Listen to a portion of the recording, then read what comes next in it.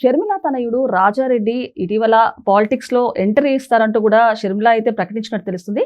ఒకవేళ రాజారెడ్డి గారు వస్తే గనక జగన్ కి డ్యామేజ్ అవ్వబోతుందా, అసలు ఏం జరగబోతుంది? మరి దీని గురించి విశ్లేషించుకోవడానికి మనతో పాటు సీనియర్ జర్నలిస్ట్ కృష్ణకుమార్ గారు ఇప్పుడు మనతో ఉన్నారు. నమస్తే మేడం. మేడం, మరి రాజారెడ్డి గారు పాలిటిక్స్ లో వస్తారంటూ కూడా ఇవాళ షర్మిల అయితే అనౌన్స్ చేశారు, ప్రకటించారని చెప్పొచ్చు. నిజంగానే ఇప్పుడు షర్మిల తనయుడు రాజారెడ్డి గారు ఒకవేళ రాజకీయాల్లోకి వస్తే ఏ విధంగా ఉండబోతుంది? జగన్ కి డ్యామేజ్ అవ్వబోతుందా, అసలు ఏం జరుగుతుంది అంటారు? రావచ్చు, రాజకీయాల్లోకి మీరు రావచ్చు, నేను రావచ్చు, ఎవరైనా రావచ్చు. కాకపోతే ఇవాళ రాజకీయాలు అనేవి చాలా కాస్ట్లీ అఫైర్ అయిపోయినాయి. అంటే అత్యంత ఖరీదైనవి అయిపోయినాయి రాజకీయాలు. ఇంతకుముందు ఏంటంటే అంకిత భావము, సేవాభావము, వ్యవహార దక్షత, కమ్యూనికేషన్ స్కిల్స్, లేకపోతే సిన్సియారిటీ, ఇవన్నీ ఉంటే సమస్యల పట్ల, ప్రజల పట్ల అవగాహన, సమాజం పట్ల అవగాహన, ఇవన్నీ ఉండాలి అనేది ఉండేది.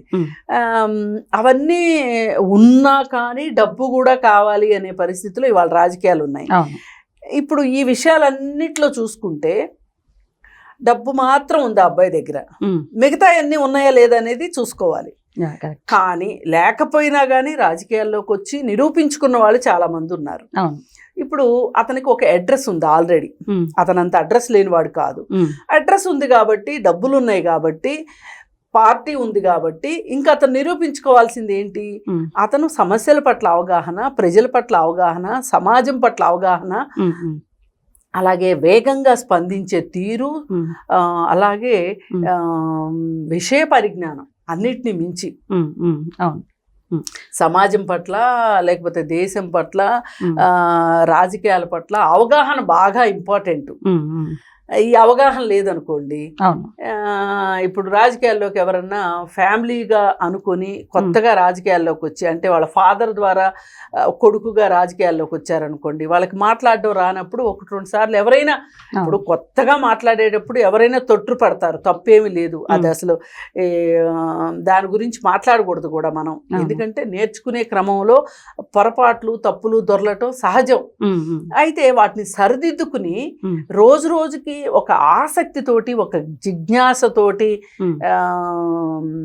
ప్రపంచాన్ని అర్థం చేసుకుంటే గనక దానికి తగ్గట్టు పుస్తకాలు చదవటము, అలాగే ప్రపంచ జ్ఞానం అంటాం కదా, వ్యవహార జ్ఞానం అంటాం, అవన్నీ పెంచుకుంటూ వెళ్తూ ఉంటే గనక, ఒకప్పుడు రాహుల్ గాంధీని పప్పు అనేవాళ్ళు. అసలు పప్పు అని కొడితే అతని పేరు వచ్చేంత దాకా దుర్మార్గులు ఆ విధంగా చేశారు. లోకేష్ని అట్లాగే చేశారు. కానీ ఇవాళ వాళ్ళు నిరూపించుకున్నారు, నాయకులు అని నిరూపించుకున్నారు. ఇవాళ వాళ్ళు మాట్లాడితే ఎంతసేపు అయినా మాట్లాడగలిగేలాగా తయారయ్యారు వాళ్ళు. ఎందుకంటే వీళ్ళందరూ ఇట్లా ఎగతాళి చేయటం వల్ల కూడా వాళ్ళకు ఒక కసి పట్టుదల వచ్చింది. ఇప్పుడు కేటీఆర్, కవిత ఉన్నారనుకోండి, వాళ్ళు కూడా అంతే, ఒక వాగ్దాడితో మాట్లాడగలుగుతారు. వాళ్ళకి ఎంత అవినీతి మరకలు అంటినయి అనేది అందరికీ తెలిసిన విషయమే. అయినప్పటికీ వాళ్ళు ఒక విషయ పరిజ్ఞానంతోనే మాట్లాడతారు, కమ్యూనికేట్ చేయగలుగుతారు, ప్రజలకి అర్థమయ్యే భాషలో, ప్రజల భాషలో మాట్లాడగలుగుతారు వాళ్ళు. ఇప్పుడు రాహుల్ గాంధీ కానీ, లోకేష్ కానీ అది నేర్చుకున్నారు. ఒకప్పుడు అనుకునేవాళ్ళు ఆంధ్ర వాళ్ళు, చూడు కేసీఆర్కి చక్కగా మాట్లాడే పిల్లలు ఉన్నారు, లోకేష్ మాట్లాడలేకపోతున్నాడు అని. ఇవాళ లోకేష్ కంటే, వీళ్ళిద్దరి కంటే కూడా లోకేష్ బాగా మాట్లాడతాడు అనిపించుకుంటున్నాడు. అంటే ఒక డెప్త్ ఉంది లోకేష్ మాట్లాడే దాంట్లో, అంటే స్టడీ చేస్తున్నాడు అనేది అర్థమైపోయింది అతనికి. అతను మాట్లాడే విధానంలోనే అది తెలుస్తుంది. ఇట్లా గనక తర్ఫీద్ అయితే గనక, మరి ఇప్పుడు ఇదే రకంగా చూసుకుంటే ముఖ్యమంత్రి అయినప్పటికీ కూడా జగన్మోహన్ రెడ్డి మాట్లాడితే ఎలా ఉంటుంది?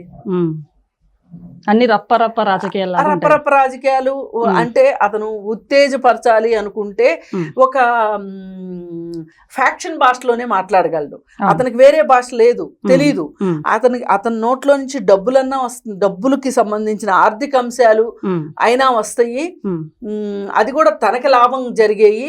లేదు అనుకుంటే ఫ్యాక్షన్ భాష అన్నా వస్తుంది. అందుకని మంచి మాటలు కానీ, ప్రపంచ జ్ఞానం కానీ, లోక జ్ఞానం కానీ అతనికి ఉన్నట్లు కనిపించదు. అంటే ఇప్పుడు మేడం ఇప్పుడు ఉన్న యువకులకు యువ నేతలు అనేది చాలా ఇంపార్టెంట్. అలాంటిది ఇప్పుడు లోకేష్ గారు చూసుకుంటే కనుక ఒక మార్క్ నిలబెట్టారని చెప్పొచ్చు. అంటే లోకేష్ గారు వచ్చిన తర్వాత ఎన్నో అభివృద్ధి పనులు చేస్తున్నారు, ఎన్నో మార్పులు చేర్పులు కూడా వచ్చాయి.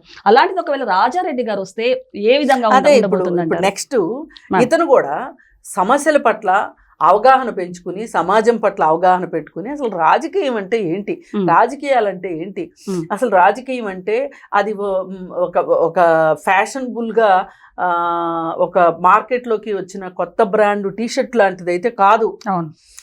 డబ్బులు పెట్టి కొనుక్కునేది కూడా కాదు పూర్తిగా.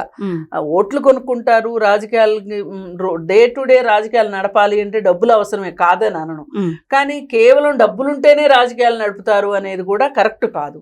అందుకని ఇప్పుడు అతనికి నిజానికి షర్మిల నిరూపించుకోలేకపోయింది రాజకీయాల్లో. మరి నిరూపించుకోలేకపోయినప్పుడు ఆవిడకి ఇంకా రాజకీయాల మీద ఇంట్రెస్ట్ పోలే. అదేం తప్పు కూడా కాదు.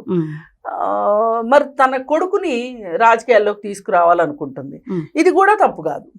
అయితే కొడుకుని తర్ఫీదు ఇంపార్టెంట్. ఇవాళ రాజకీయ పాఠశాలలు ఉన్నాయి, రాజకీయాలు నేర్పే పాఠశాలలు ఉన్నాయి.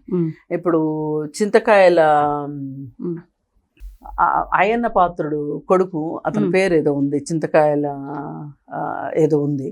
అతను బాంబేలో ఈ పాలిటిక్స్, ఎకనామిక్స్ ఇవన్నీ నేర్పించే స్కూల్ ఒకటి ఉంది. రాజకీయ నాయకుల్ని తయారు అంటే వాళ్ళు ఏం చేస్తారు అంటే అన్ని ఎక్స్పీరియన్స్ చేయిస్తారు, చెప్తారు రాజకీయాల గురించి, ట్రైనింగ్ లాగా ఇస్తారు. అది నేర్చుకున్నాడు అతను, అక్కడికి వెళ్ళొచ్చాడు. ఇప్పుడు అతను రాజకీయాల్లో స్థిరపడ్డాడు. పాత వాళ్ళకి అవేమీ లేవు, ఏమీ లేకపోయినా నేర్చుకోగలిగారు. ఇవాళ అలా కాదు, ఇవాళ కాంపిటీషన్ ఎక్కువ. ఇవాళ ఆ నాయకుడి కొడుకు వచ్చేస్తున్నాడు, ఈ నాయకుడి కొడుకు వచ్చేస్తున్నాడు, డబ్బులున్న వ్యాపారస్తుల కొడుకులు వచ్చేస్తున్నారు, రౌడీలు కూడా రాజకీయ నాయకులుగా రూపాంతరం చెందిపోయారు. మరి ఇలాంటి పరిస్థితుల్లో మరి కాంపిటీషన్ ఉన్నప్పుడు మనం తర్ఫీదు పొందాల్సిన అవసరం ఉందా లేదా? అని ఇంకొకటి మేడం, అంటే అప్పుడున్న రాజకీయ నాయకులకి ఇప్పుడున్న రాజకీయ నాయకులకి తేడా ఉందని చెప్పొచ్చు. అంటే అప్పట్లో చూసుకుంటే కనుక ఒక స్టాండర్డ్ ఉండేది, ఒక జెన్యూనిటీ ఉండేది. ఇప్పుడు చూసుకుంటే కనుక అక్రమాలకి, స్కామ్లకి, కరప్షన్లకి. అంటే ఇప్పుడు ఒకళ్ళని చూసి అందరూ అలా ఉన్నారని అనుకోవద్దు. ఎంతో కొంత అయితే మటుకు అవినీతి రాజకీయాల్లో, రాజకీయ నాయకుల్లో అవినీతి పెరిగిందని మనం ఒప్పుకోక తప్పదు. ఎప్పుడూ ఉంది, ఇవాళ కొత్తగా వచ్చింది అంటానికి లేదు, ఇవాళ పర్సంటేజ్ పెరిగింది. అయితే ఈ పరిస్థితుల్లో ఇప్పుడు అసలు నిజంగా యువరక్తం అవసరం. చాలా మంది పెద్దవాళ్ళు అయిపోతున్నారు. ఈ పెద్దవాళ్ళు అయిపోతున్న వాళ్ళు రాజకీయాలకి సలహాలు ఇచ్చేవాళ్ళుగా మారి యువతకి అవకాశాలు ఇవ్వాలి. ఇప్పుడు ఎప్పుడు చూడండి ముసలోళ్ళే మాట్లాడుతూ ఉంటారు. అంటే ఒక 70 ఏళ్ళోళ్ళు, 80 ఏళ్ళోళ్ళు వేదికల మీద మాట్లాడుతూ ఉంటారు. ఈ జబ్బు అన్ని పార్టీలకి ఉంది, ఒక పార్టీ అని కాదు. ఇప్పుడు ఈ కింద పాత రోజుల్లో రాజరికంలో కూడా ఇలాగే ఉండేది. ఆ తండ్రి చచ్చిపోయేంత వరకు ఆ పెద్ద కొడుకుకి అధికారం వచ్చేది కాదు. మళ్ళీ ఆ కింద కొడుకులు అరే మేము పెద్ద కొడుకుగా పుట్టలేదు, పెద్ద కొడుక్కి రాజ్యాధికారం. అప్పట్లో వాళ్ళు ఇక కుట్రలు, కుతంత్రాలు అన్నీ తెలుసు కదా మనకి. రాముడు అడవుల్లోకి వెళ్ళింది కూడా ఈ విషయం గురించే కదా.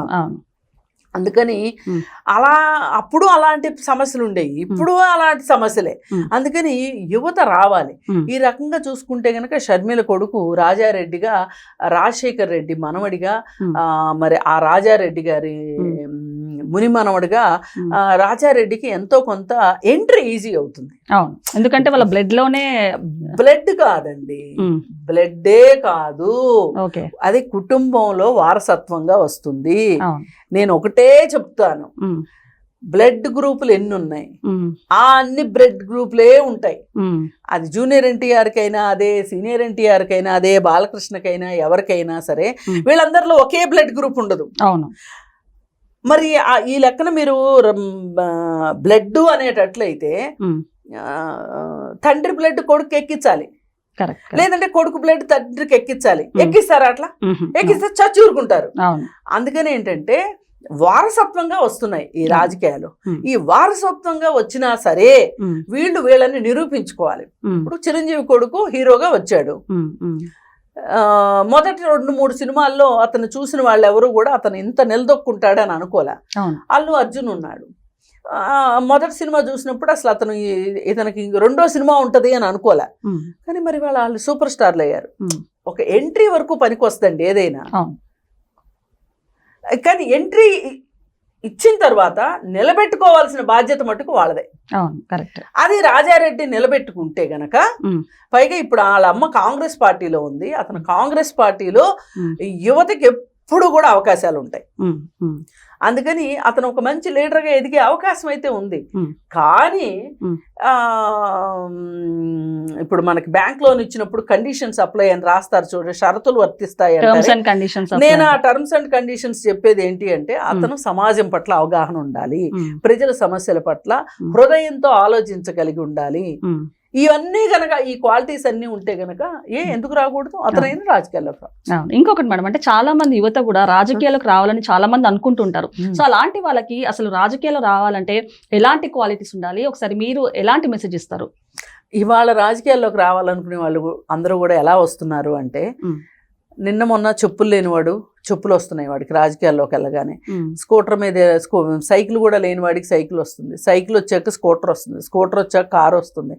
ఇవన్నీ చూసి ఇతనికి పైగా దీంతో పాటు ఒక అధికారం కూడా వస్తుంది. ఇవన్నీ చూసి మనం కూడా రాజకీయాల్లోకి వస్తే ఇలా ఉంటది అనుకుంటున్నారు చాలా మంది. ఇది చాలా చాలా ఇలాంటి ఉద్దేశాలు ఉంటే మటుకు మీరు అసలు రాజకీయాల్లోకి రాకండి. రాజకీయాలు ఎట్టి పరిస్థితుల్లోనూ ఇది ఒక కంఫర్టబుల్ వ్యవహారం అయితే కాదు. ఖచ్చితంగా డబ్బులు సంపాదిస్తాము అనేది కూడా లేదు. అందుకని ఏంటి అంటే, మీరు నిస్వార్థమైన సేవను అందిస్తూ ఉంటారు, పని చేస్తారు ప్రజల కోసం, మీకు కీర్తి వస్తుంది, కీర్తితో పాటు డబ్బులు కూడా వస్తాయి అనేది ఆటోమేటిక్గా వస్తుంది. వ్యాపారం ఏదైనా పని చేస్తూ ఉంటే మీరు పని చేస్తూ వెళ్ళండి, డబ్బులు వస్తాయి అంటాం కదా, అట్లాగే రాజకీయాలు కూడా అలా చూడాల్సిందే తప్పితే, కానీ డబ్బులే వస్తాయి అని చెప్పి రాజకీయాల్లోకి దయచేసి రావద్దు. ఇది అందరి వల్ల అయ్యే పని కూడా కాదు. Okay madam, thank you.